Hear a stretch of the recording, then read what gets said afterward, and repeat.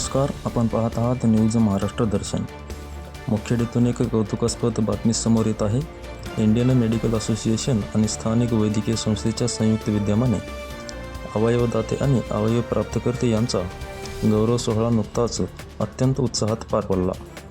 मुखेड येथील आर्यवंश मंगल कार्यालयात या विशेष कार्यक्रमाचे आयोजन करण्यात आले होते. समाजामध्ये अवयवदानाबाबत मोठ्या प्रमाणावर जनजागृती निर्माण करणे हा या सोहळ्याचा मुख्य उद्देश होता. या कार्यक्रमाचे अध्यक्ष मराठवाडा भूषण तथा सुप्रसिद्ध सर्पदंश तज्ज्ञ डॉक्टर दिलीप पुंडे यांनी उपस्थितांना मार्गदर्शन केले. यावेळी बोलताना ते म्हणाले, अवयवदान हे मानवसेवेचे सर्वश्रेष्ठ दान असून प्रत्येक कुटुंबाने अवयवदानाचा संकल्प करणे काळाची गरज आहे.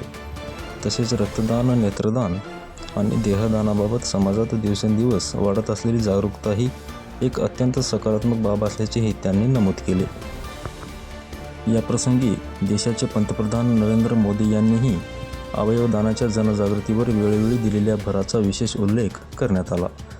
तसेच अवयवांच्या अवैध व्यापाराला पूर्णपणे आळा घालण्यासाठी अधिक कठोर उपाययोजनांची आवश्यकता असल्याचे मत यावेळी मान्यवरांनी व्यक्त केले. या सोहळ्यात अवयवदाते आणि अवयव प्राप्तकर्ते यांचा शाल आणि श्रीफळ देऊन सन्मान करण्यात आला.